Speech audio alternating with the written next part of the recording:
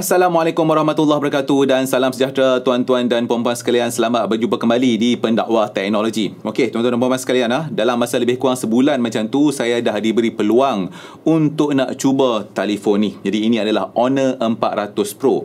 Saya dah gunakan telefon ni sebagai telefon kedua saya dalam tempoh sebulan tu. Jadi dalam review kali ni saya akan tunjukkan kepada anda beberapa keupayaan telefon ni. Jadi anda boleh pertimbangkanlah sama ada telefon ni sesuai untuk anda ataupun tidak. Okey, jadi sebelum saya pergi kepada bahagian seterusnya, saya dah tahu ramai dah orang dah buat review pasal spek telefon ni.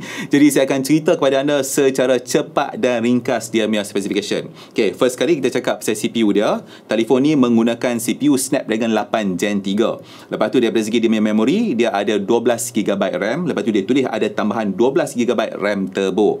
Lepas tu dia punya storage ni adalah 512GB. Okay, lepas tu telefon ni dia menggunakan operating system Magic OS 9, iaitu yang berasaskan Android 15. Okay, cukup pasal dia punya spek nah. Jadi bila kita duk bercakap pasal telefon, kebanyakan masanya kita nak tahu tentang dia punya keupayaan kamera kan. Jadi saya ceritalah dekat anda pasal dia punya kamera. Jadi untuk pengetahuan anda, telefon ni dia ada 3 kamera dekat belakang dia. Jadi dia punya kamera utama tu dia boleh pi sampai 200 megapiksel. Jadi kalau anda tengok dekat website tu dia tulis 200 megapiksel Super Sensing AI Camera System. Okey, seterusnya dia ada yang 50 megapiksel telephoto kamera dan akhir sekali dia ada 12 megapiksel ultra wide dan juga macro kamera. Nah, itu adalah dari segi kamera belakang nah. Okey, sambil-sambil itu anda nak tahu juga nah, saya boleh cerita dekat anda yang dengan menggunakan kamera belakang ni kita boleh buat sampai 50 kali digital zoom. Okey, cukup pasal kamera belakang. Untuk yang kamera depan pula, dia menyokong yang 50 megapiksel portrait selfie kamera. Okey, cukup pasal kamera, settle. Okey, seterusnya kita cakap pasal bateri. Jadi telefon ni dilengkapi dengan bateri 6000 mAh. Lepas tu daripada segi dia punya ketahanan air dengan debu nah, saya cerita dekat anda dia punya rating ni dia dapat IP68 dan juga IP69.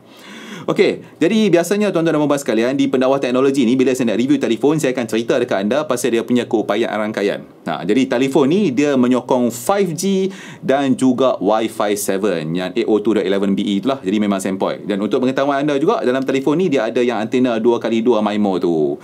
Okey, jadi itulah beberapa benda yang saya boleh ceritakan kepada anda. Okey, itu pendek katanya secara rumusan cepat lah noh.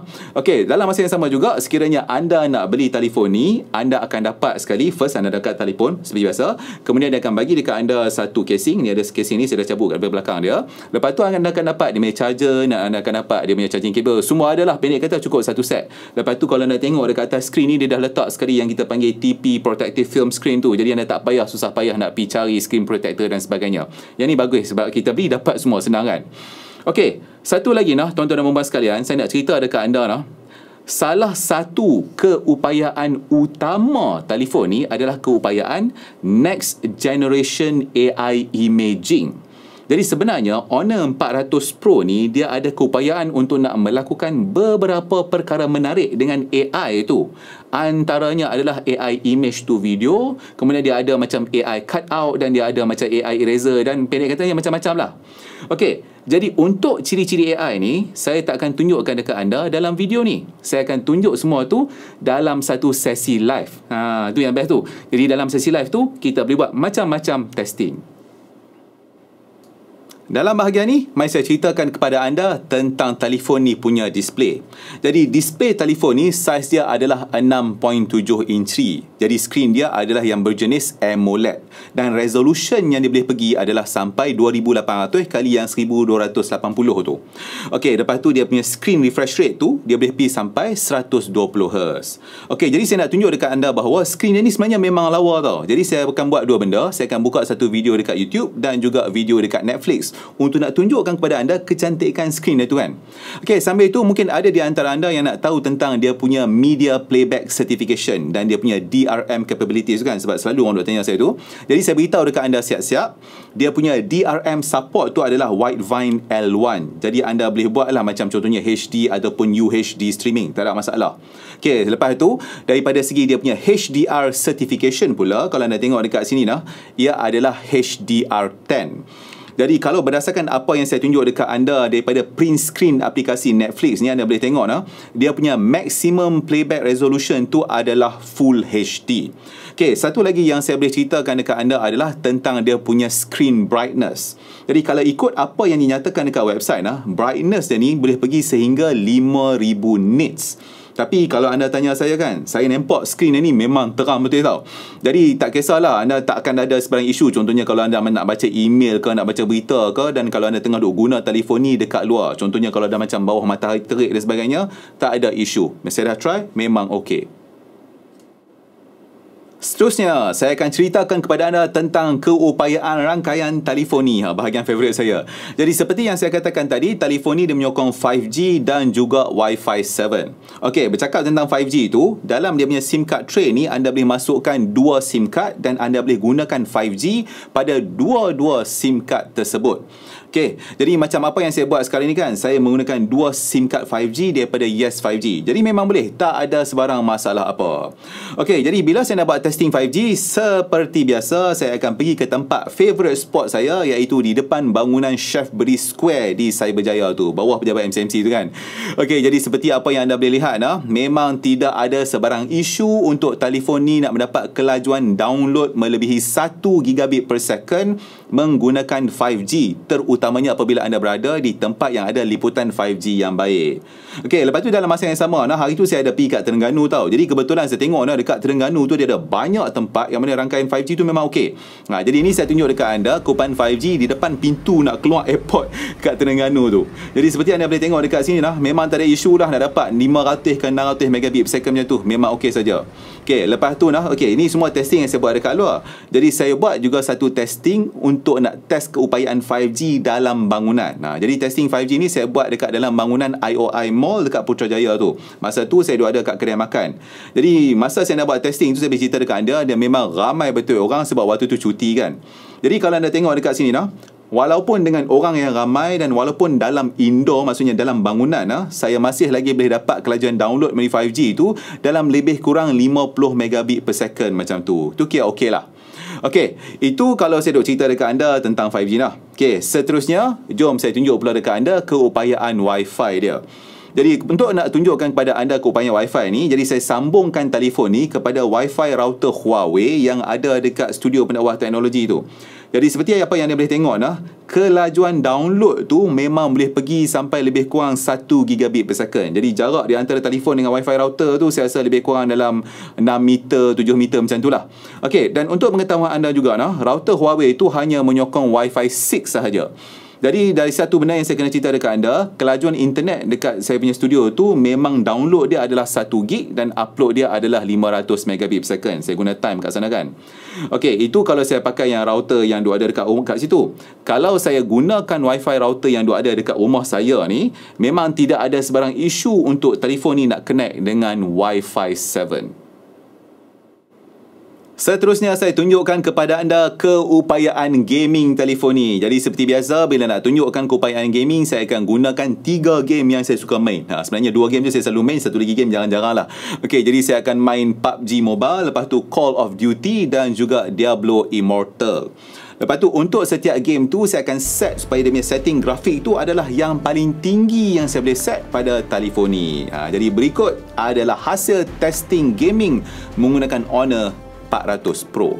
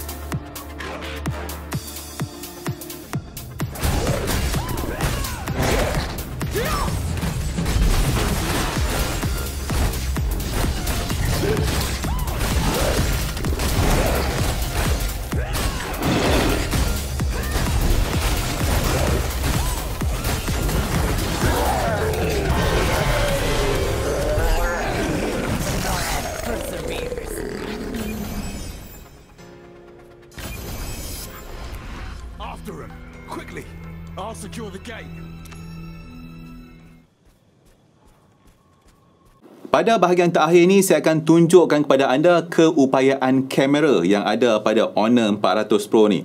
Tapi sebenarnya, tuan-tuan dan puan sekalian, kalau nak ikutkan lah kan, kalau saya nak buat ujian kamera, dia ada terlalu banyak benda yang saya boleh tunjukkan kepada anda. Sebab memang banyak sangat. Kalau anda tengok dia punya mode kamera pun ada macam-macam. Daripada slow-mo sampai ke super macro dan pendek kata banyak benda.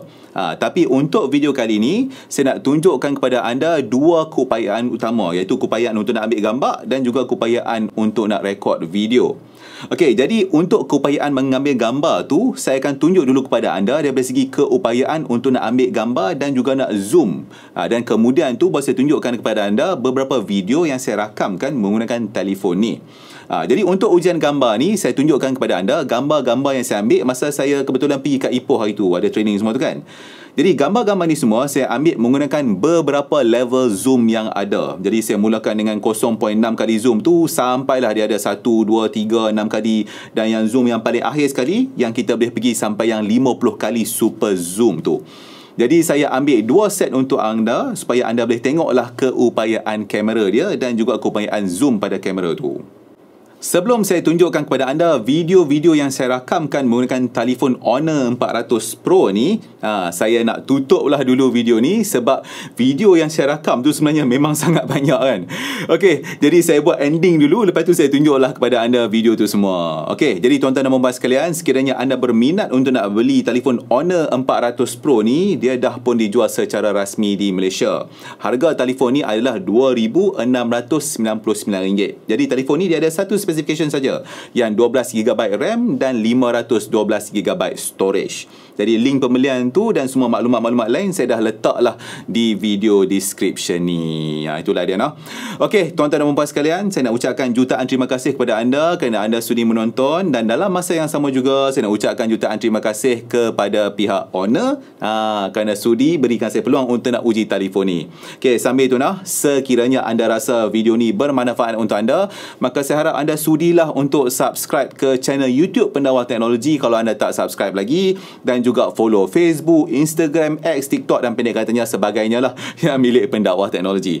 Okey, lepas tu dalam masa yang sama nanti sila tunggu untuk sesi live di mana kita akan cuba ke semua ciri-ciri AI imaging yang ada pada telefon Honor 400 Pro ni.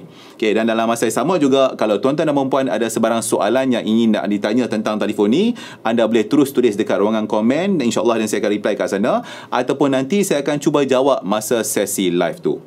Alright, insyaAllah kita jumpa lagi dalam episod yang seterusnya. Assalamualaikum dan selamat menonton video-video ni dirakamkan menggunakan Honor 400 Pro pada resolution 4K 30 frame second. Ni saya cerita kat anda, dia punya video dan dia punya audio dan semualah pendek katanya saya tag edit langsung, semuanya raw daripada telefon ni.